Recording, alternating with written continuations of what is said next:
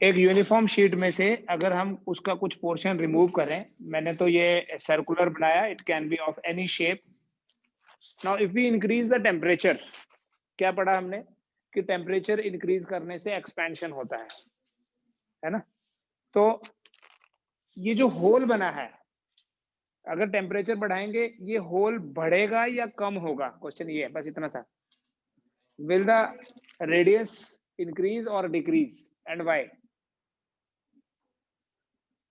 So somebody can say कि ये solid तो एक्सपैंड हो जाएगा, so it will come into the region of this hole, and hole तो छोटा हो गया। बट सॉलिड का एक्सपेंशन हमेशा आइसोट्रोपिक होता है। आइसोट्रोपिक वर्ड का मतलब पता है?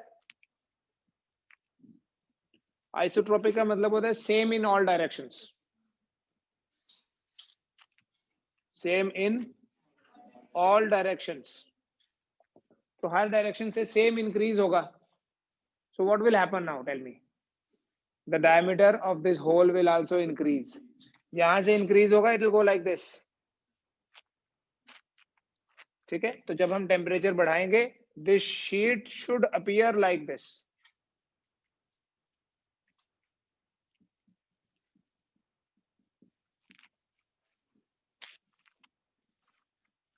रेडियस बढ़ेगा, या आप सीधा बोलो होल का जो अभी रेडियस होगा that will be r plus delta are.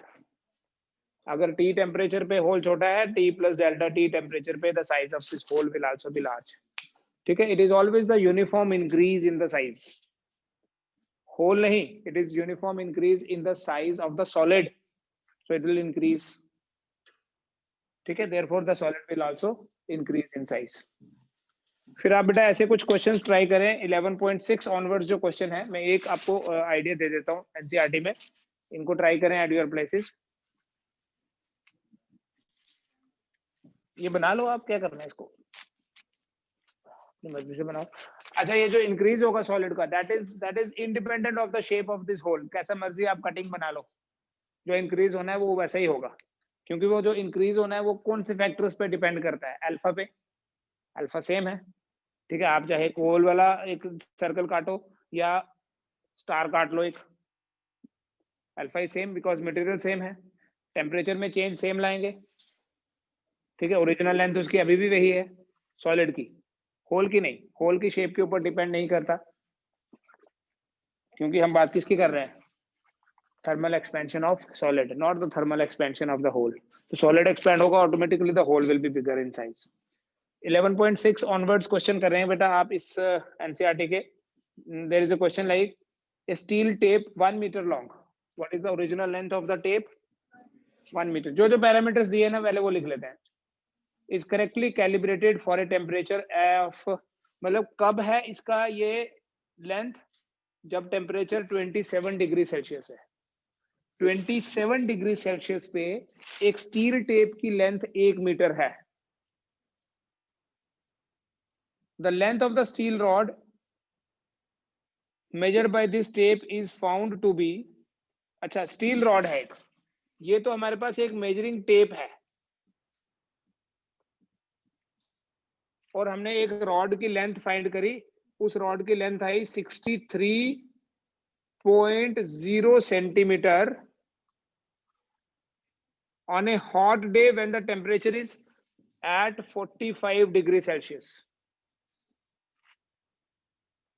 45 degree Celsius पे एक रॉड की लेंथ इस टेप के साथ, जिसकी लेंथ 100 सेंटीमीटर है, 1 मीटर मतलब 100 सेंटीमीटर, मतलब इस टेप की लेंथ 27 डिग्री सेल्सियस पे है 100 सेंटीमीटर, और 45 डिग्री सेल्सियस पे एक स्टील रॉड की लेंथ फाइंड करी, वो 63.0 सेंटीमीटर आया।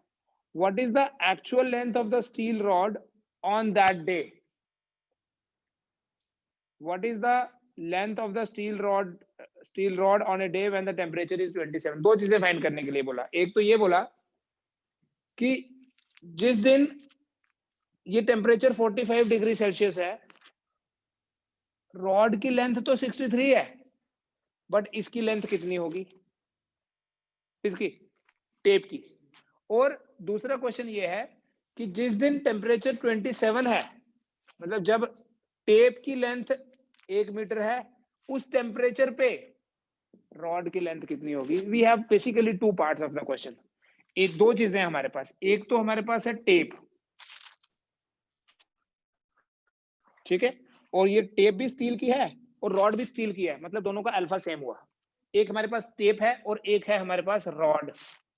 इस टेप की लेंथ को मैं इनिशियल लेंथ को बोल देता हूं L1, this is 1 metre, and जो टेम्परेचर है दैट इज 27 डिग्री सेल्सियस।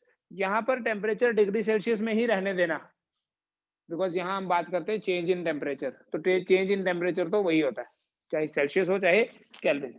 दूसरी हमारे पास रॉड है, इस रॉड की लेंथ, ओरिजिनल लेंथ को अगर मैं L2 बोल दूं तो वो है 63 सेंटीमीटर, जब टेम्परेचर कितना था 45 डिग्री सेल्सियस। अब क्वेश्चन ये पूछा 63 सेंटीमीटर है रॉड की लेंथ, टेप की लेंथ कितनी होगी। क्वेश्चन देखो क्रॉस मल्टीप्लाई करके समझना। ये जो टेप है जिसकी लेंथ 27 डिग्री सेल्सियस पे 1 मीटर है, तो अगर हम टेम्परेचर को बढ़ा के 45 कर दें तो उसकी लेंथ कितनी हो जाएगी।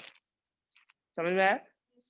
मतलब इस दिन जब टेम्परेचर 45 हुआ, उस दिन इस टेप की लेंथ कितनी है, कर सकते हैं। हमारे पास क्या फॉर्मूला है, इस तरह की एक्सपेंशन में हमारे पास एक ही फॉर्मूला है कि जो डेल्टा एल है वो होता है एल अल्फा डेल्टा टी। यही है ना।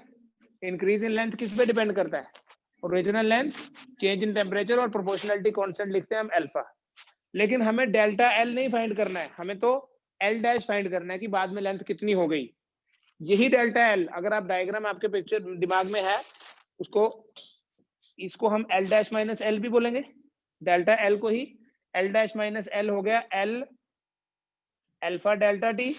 इस एल को उधर शिफ्ट करो तो एल डैश कितना आएगा, L into 1 plus alpha delta T.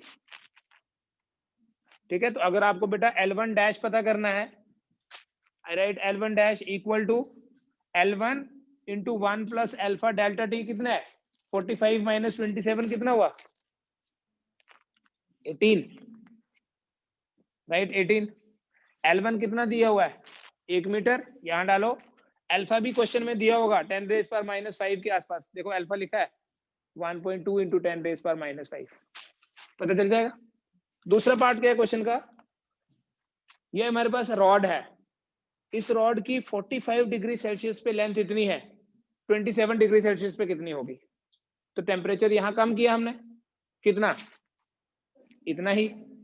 लेकिन अब हमें लेंथ पता करनी है लोअर टेम्परेचर पे, तो ऑब्वियसली यहां पर आपके पास जो अब वैल्यू आएगी लेंथ की वो 63 से कम होगी। यहाँ जो वैल्यू आएगी वो 100 से ज्यादा होगी और यहाँ जो वैल्यू आएगी वो 63 से कम होगी। टेम्परेचर बढ़ाते हैं तो लेंथ बढ़ती है, टेम्परेचर कम करते हैं तो लेंथ कम हो जाती है। ठीक है, 11.6 ऑनवर्ड्स क्वेश्चंस को आप ट्राई करो, नेक्स्ट क्लास में हम ये भी ले सकते हैं। दूसरा आज हम बात करेंगे वेरिएशन इन डेंसिटी, ये हो जाएगा क्वेश्चन आपसे। ठीक है, न्यूमेरिकल उतारना नहीं होता, समझना होता है और खुद करना होता है, उतारने का कोई फायदा नहीं है।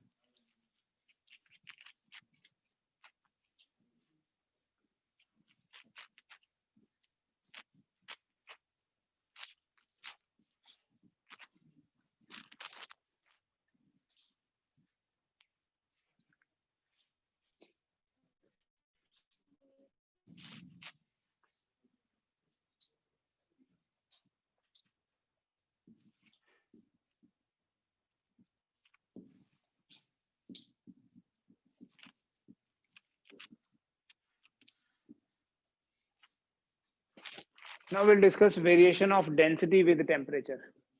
Density कैसे डिफाइन करते हैं, मास पर यूनिट वॉल्यूम। बेटा टेम्परेचर बढ़ाने से वॉल्यूम बढ़ता है कम होता है, टेम्परेचर बढ़ाने से वॉल्यूम बढ़ रहा है, एक्सपेंशन हो रही, तो डेंसिटी बढ़ेगी कम होगी, डेंसिटी कम होगी, क्योंकि डेंसिटी क्या बात करते हो, डेंसिटी होता है मास डिवाइडेड बाय वॉल्यूम। तो अगर वॉल्यूम बढ़ेगा तो डेंसिटी भी बढ़ेगी।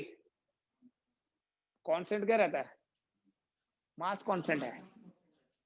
ठीक है, ऐसे देखो if V is the volume of an object at temperature T and V dash is the volume at temperature T plus delta T.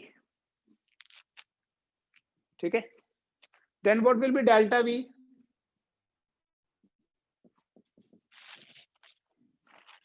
क्या होगा delta V? Gamma V delta T, यही है ना. इंक्रीज इन लेंथ जैसे है वैसे ही increase in volume. किस पे डिपेंड करता है increase in volume? Original volume, change in temperature, increase in temperature.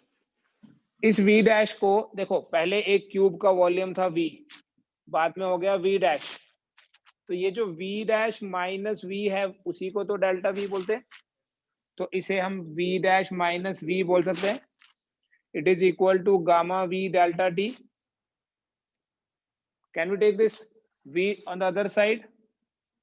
तो V डैश होगा V plus gamma V into delta T. V common ले ले. So we have V dash equal to V into 1 plus gamma delta T.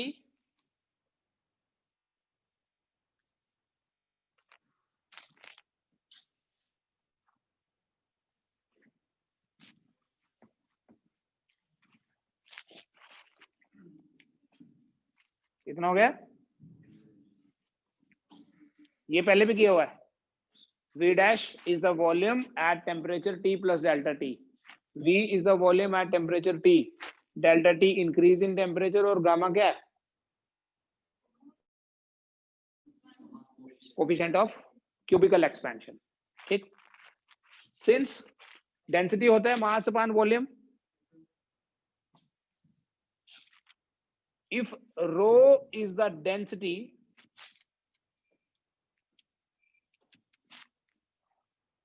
at temperature T, T temperature पे density है rho, and इधर ही लिख दो. अगर रो है डेंसिटी T टेम्परेचर पे and row dash is the density at temperature T plus delta T. T temperature पे अगर डेंसिटी है रो, T डैश या T प्लस डेल्टा T पे रो डैश है. You know density is mass per unit volume. बेटा अगर density mass upon volume होता है तो वॉल्यूम हो गया मास अपॉन डेंसिटी. ठीक है, ये V डैश है, it will be equal to M by rho dash. फिर ये V है, it is M by rho into 1 plus gamma delta T. Mass तो सेम ही रहता है, मास कैंसिल हो गया, M और M कैंसिल हुआ. 1 by rho dash equals to 1 by rho into 1 plus gamma delta T.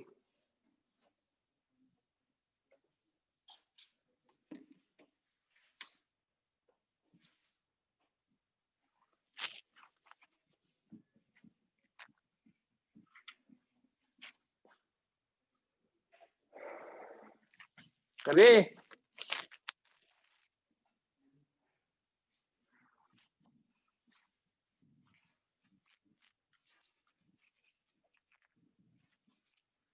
तो हम तो डेंसिटी फाइंड करेंगे यहाँ टेम्परेचर बढ़ा के.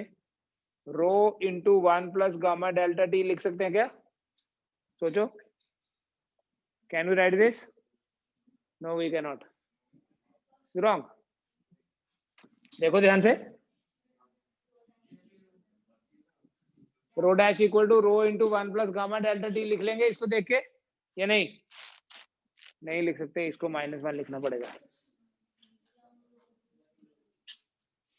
हमने रो डैश फाइंड करना है ना, समझ में आया? 1 बाय रो डैश है, इसको उल्टा करेंगे तो इसको एक को उल्टा किया दूसरे को नहीं करना क्या? इसको भी माइनस लेना है पावर। अब ये जो टर्म है, this term is very small. Why? क्योंकि गामा स्मॉल है और आपको पता है कि अगर x बहुत छोटा होता है तो 1 प्लस एक्स रेज पर n को लिखते हैं 1 plus nx। In that way जो रो डैश होगा that will be equal to rho into 1 minus gamma delta T.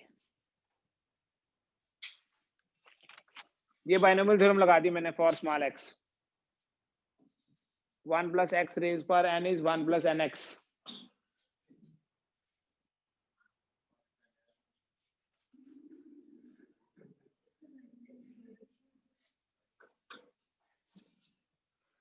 अब देखिए ओरिजिनली हम चले थे ये एक्सप्रेशन लेके कि जो v डैश है that is v into v into 1 plus gamma delta v delta t, sorry. v dash क्या था जब ये वाला एक्सप्रेशन लिखा? v dash is v into 1 plus gamma delta t। अभी रो डैश क्या आ गया?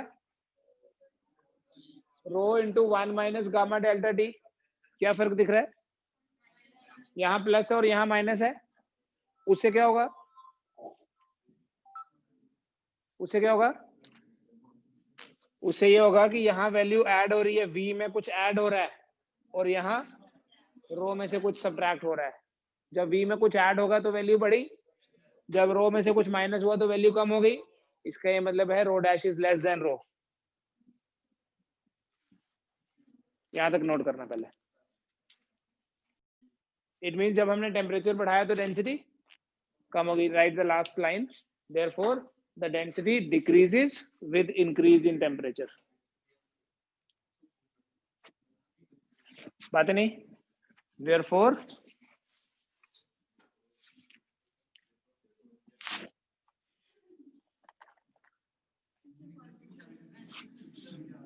तुम छुट्टी करो कल से, अपनी क्लास में पढ़ो। Therefore, the density decreases with increase in temperature.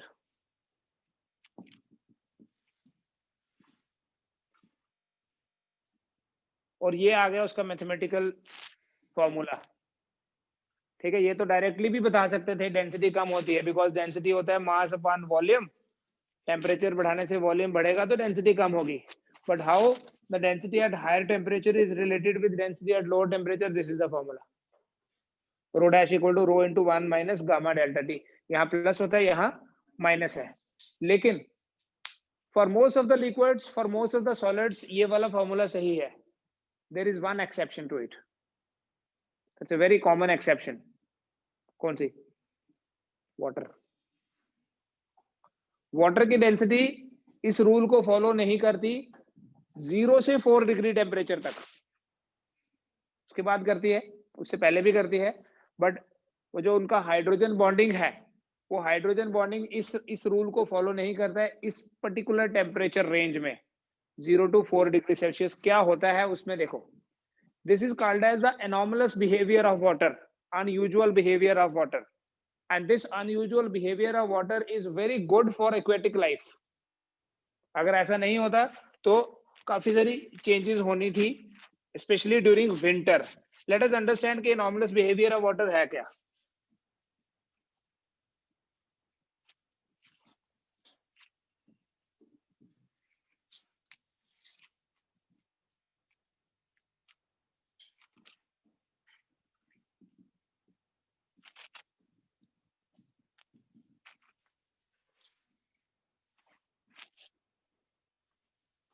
It says the density of water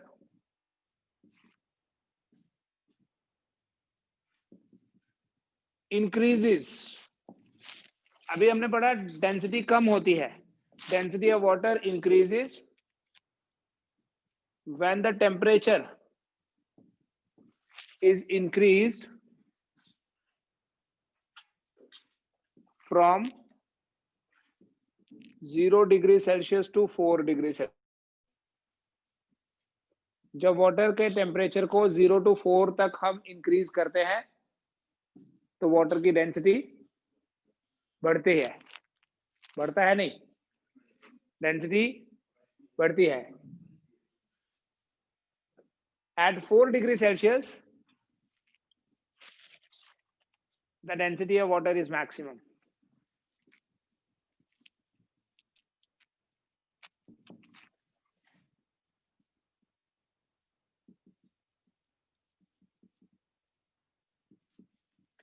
कितनी वैल्यू होती है पता है? 10 raised power 3 kg per meter cube. Density of water at 4 degree Celsius जो है वो मैक्सिमम वैल्यू कितनी है? 10 raised power 3 kg per meter cube लिखो या 1000 लिखें? 1 gram per centimeter cube. At 4 degree Celsius, the density of water is maximum and its value is 10 raised power 3 kg per meter cube. जब हम इस temperature को, when temperature is increased above 4 degree Celsius, then the density starts decreasing.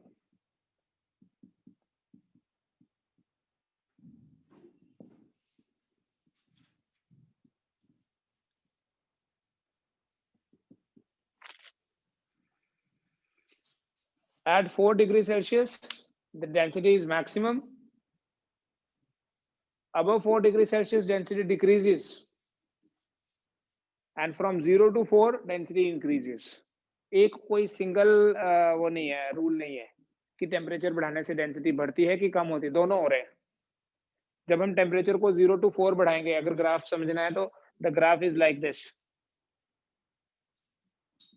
अगर इधर density और इधर temperature लें, you know what is the density of ice? Ice float करती है वाटर पे या सिंक करती है? आइस फ्लोट्स, इसका मतलब आइस की डेंसिटी वाटर की डेंसिटी से कम है। आइस मतलब वाटर एट 0 डिग्री सेल्सियस, ठीक? तो एट 0 डिग्री सेल्सियस डेंसिटी 1 ग्राम पर सीसी से कम होती है। कितनी होती है पता है? 0.9 ग्राम पर सेंटीमीटर क्यूब, या ये 1000 kg पर मीटर क्यूब है। अगर 1 मीटर क्यूब में वाटर 1000 kg आता है तो आइस जो है वो 900 kg आएगी। आइस की डेंसिटी कम है। अगर मैं इधर लिखूं temperature 0, at 0 degree Celsius the density is 0.9। मैं ग्राम पर सेंटीमीटर क्यूब ले रहा हूं, ग्राम पर सीसी बोलते हैं। CC stands for centimetre cube.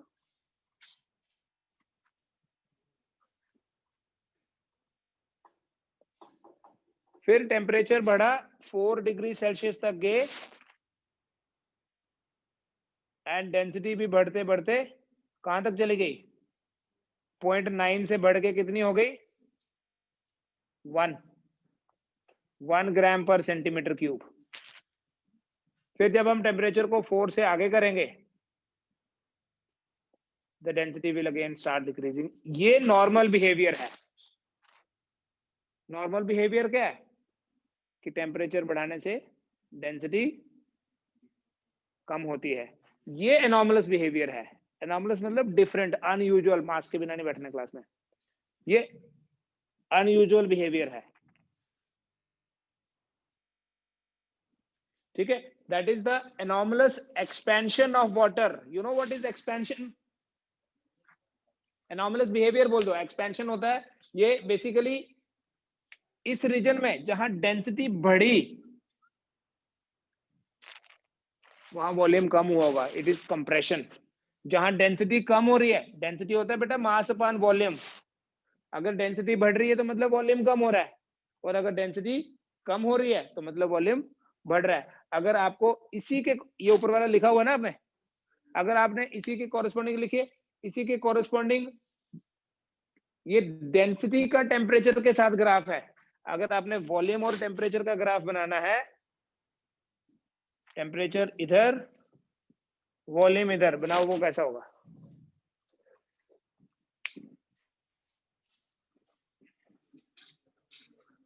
Between volume and temperature, this is between density and temperature. Water के केस में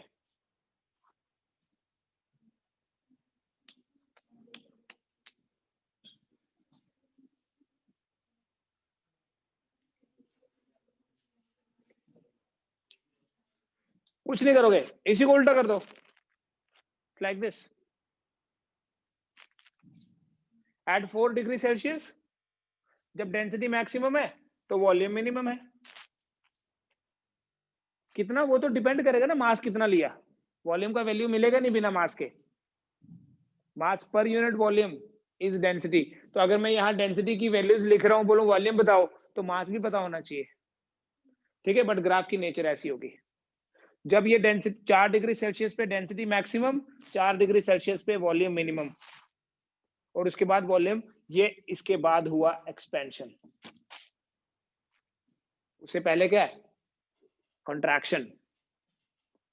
टेम्परेचर बढ़ाने से, अभी क्या पढ़ रहे हैं थर्मल एक्सपेंशन में, टेम्परेचर बढ़ाने से वॉल्यूम बढ़ता है, लेकिन जब हम वाटर का टेम्परेचर 0 to 4 बढ़ाएं तो उसका वॉल्यूम कम होता है और डेंसिटी बढ़ती है। Now how this is useful? देखो, है तो ये natural behaviour of water, but इसका यूजफुलनेस समझना क्या है। जब किसी लेक का फ्रीजिंग होता है, try to understand the concept. वो फ्रीजिंग टॉप टू बॉटम होता है कि बॉटम टू टॉप होता है?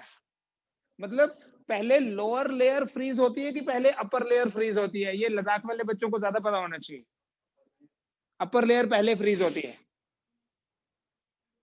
और नीचे वाली जो लेयर्स होती है ना, वो लिक्विड फॉर्म में होंगी। और वो कौन सी होंगी मैं समझाऊंगा कैसे। वो वाला वाटर होगा जो 4 डिग्री सेल्सियस पे है। 4 डिग्री सेल्सियस पे फ्रीजिंग नहीं होता है। Freezing 0 degree. अब ऐसे सपोज करो that there is a big lake, ठीक है। You keep in mind a big lake, कोई भी लेक जो आपने देखी हुई है। And suddenly what is happening, temperature has coming down, started coming down. Temperature अभी 10 था, लेकिन सडनली स्नोफॉल हुआ या जो भी होना था, बारिश आ गई, कुछ हो गया, टेम्परेचर कम होने लगा। एंड लेक है मेरे पास यहाँ,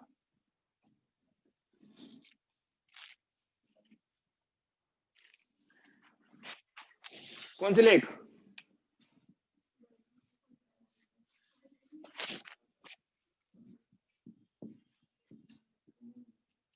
सोमवारी नहीं यार, कोई ऐसी लेक बोलेंगे ना जो कॉमनली नाउन भी हो। पेंगोंग लेक। ये पता नहीं टसो क्यों बोलते हैं लद्दाख वाले, सुमोरी। सी व्हाट हैपेंड, ये अभी कोई 10 डिग्री का टेम्परेचर है यहाँ, ठीक है। अभी कोई फ्रीजिंग नहीं होने वाली। सडनली टेम्परेचर कम होना शुरू हुआ, 10 से 8 हुआ, 8 से 6, 6 से, जैसे ही इस लेयर का टेम्परेचर 4 डिग्री सेल्सियस होगा, इस लेयर की डेंसिटी बढ़ जाएगी। जब इसकी डेंसिटी बढ़ जाएगी मतलब it will become heavier, so this lake will sink down.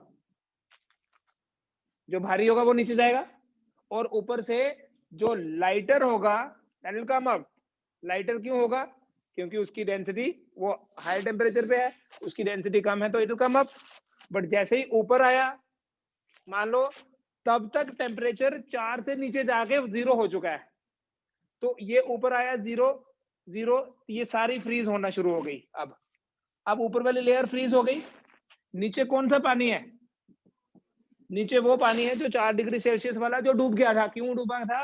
क्योंकि डेंसिटी मैक्सिमम हो गई थी, वो पानी डूब गया। तो नीचे वाली जो लेयर्स होंगी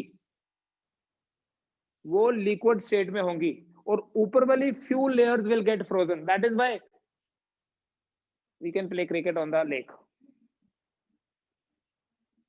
we can play ice hockey, skating कर सकते हैं, फुटबॉल खेलते हैं लद्दाखी तो वहां जाके, है ना। अभी दिखाऊं आज की फोटो। अब देखो, now how this is good, this is not good for playing. किसी मोमेंट पे अगर कहीं पे नहीं ना फ्रीज हुई तो जाता बीच में फिर, this is good for the aquatic life. जो यहाँ फिश है या अदर एक्वेटिक एनिमल्स होंगे उनके लिए दिस इज गुड। अदरवाइज जितनी भी मछली होंगी ना, दे विल सर्वाइव हेयर, पानी में। अगर ये लेक नीचे से ऊपर की तरफ फ्रीज होती तो मछली उधर ही,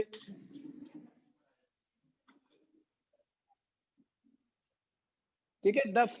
all the fish will be here, तो दे कैन सर्वाइव। अब कई बार क्या होता है ना, टेम्परेचर -45 चला जाएगा, फिर तो पूरी की पूरी लेक ही फ्रीज हो जाती, तो फिर कोई नहीं बचा सकता, फिर जाएगी वो सारी मछलियां। But normally the lower portion of the lake remains in the liquid state, ठीक है। एंड जो एक्वेटिक एनिमल्स हैं दे सर्वाइव देयर ओनली। ऊपर की कुछ लेयर्स फ्रीज हो रही है। अब बड़ा ज्यादा टेम्परेचर हो जाएगा तो वो भी फ्रीज हो जाएगा, बट नॉर्मली ऐसा नहीं होता है, ठीक है। और अगर हो भी जाएगा वैसा तो फिर वो सब मर जाएंगे, दब के मर जाएंगे। They can survive only when they are in water, they can not survive in ice, ठीक है। So this anomalous behaviour of water is responsible for the survival of aquatic life, specially during winters, ठीक है। अगर anomalous behaviour ऐसा नहीं होता, एक जैसा ही यूनिफॉर्म होता, तो ये ऐसे होना था, ठीक है। तो वो सबको ही मार देता है एक साथ। So there is a chance of survival. At least there is a chance of survival. अब सर्वाइवल होगा या नहीं होगा वो तो नेचर पे डिपेंड करता है कि उसको किसको मारना और किसको नहीं मारना है, but there is a chance of survival and this is due to the anomalous behaviour of water. कि 4 डिग्री सेल्सियस वाला जो पानी है वो सबसे हैवी होता है। एक तो सबसे हैवी होता है और दूसरा फ्रीज नहीं होता है, मतलब लिक्विड स्टेट में रहता है, ठीक है। इतना करिए। मंडे से हम स्पेसिफिक हीट स्टार्ट करेंगे, बट मंडे को I suppose you have a test, all of you.